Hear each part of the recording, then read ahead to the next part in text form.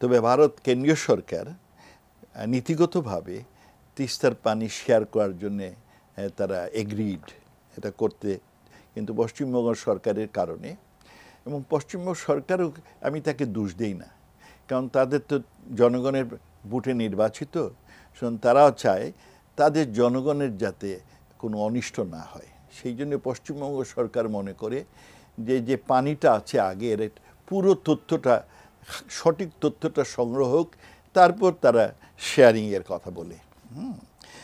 ভারত অনেক দিন ধরে কেসটি ঝুলে আছে, দেবে কিন্তু হচ্ছে না। আর এর মধ্যে আপনার চীন একটা প্রস্তাব নিয়ে আসে। এই প্রস্তাবটা কিন্তু নতুন না। এইটা যখন ফ্রেঞ্চ আমাদের 1988-89 সালে যখন বন্যা হয়েছিল, ব্যাপক বন্যা, তখন ফ্রেঞ্চ প্রেসিডেন্ট একটা টিম পাঠিয়েছিলেন বাংলাদেশে বন্যা নিয়ন্ত্রণের জন্যে, এবং তখন তারা এই প্রস্তাব করেছিল যে এইটা একটা one of the many components এই তিস্তার প্রজেক্টটা। তো অনেক খরচ বলে আমরা ওগুলো ফ্রেঞ্চ প্রপোজাল আর গ্রহণ করা হয়নি। সম্প্রতিকালে চীন যেহেতু এইটা বাংলাদেশে একটা সেন্সিটিভ ইস্যু, তাই তারা একটা প্রস্তাব করেছে যে তারা ওটা টাকাটা দিবে আমরা যদি করতে রাজি হই।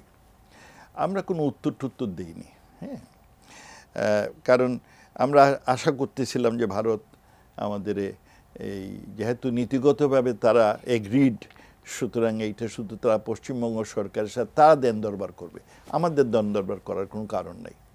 তবে আমি যখন জাতিসংঘে বাংলাদেশের স্থায়ী প্রতিনিধি ছিলাম, তখন আমরা এই সাস্টেনেবল ডেভেলপমেন্ট এসডিজি তৈরি করি। এসডিজিতে আমরা বেশ দেন দরবার করেছি, এবং দেন দরবার করেছি যে সমস্ত নদী একাধিক দেশের মধ্য দিয়ে যায়, বিশেষ করে বাংলাদেশ ও ভারতের। আমাদের প্রায় 54টি নদী ভারত, বাংলাদেশ এবং অন্য দেশও সম্পৃক্ত, আরও 3টি আমরা এইদিকে মায়ানমারের সাথে সম্পৃক্ত। আমরা যে সিদ্ধান্ত নিয়েছি এবং ভারত সেটা গ্রহণ করেছে, অনেক আলাপ আলোচনার পরে তারা গ্রহণ করেছে যে নদীর পানির হিসাবটা অত্র অববাহিকার লোকজনের মঙ্গলের জন্যে, ওখানে no one is winner, no one is loser, ওই এলাকার জনগণের মঙ্গলের জন্যে যেভাবে নদীর পানিটা ডিস্ট্রিবিউট করা যায় সেইভাবে করা হবে। কারণ অনেক নদীর, এই গঙ্গার কথাই বলি, বহু লোকজন এখন use of river water has increase manifold, তাতে পরিমাণটা নিচের দিকে কমে যাচ্ছে। তো এই জন্য সবার মঙ্গলের জন্য এমন ব্যবস্থা আমরা করতে চাই যাতে কেউই লুজার না হয়।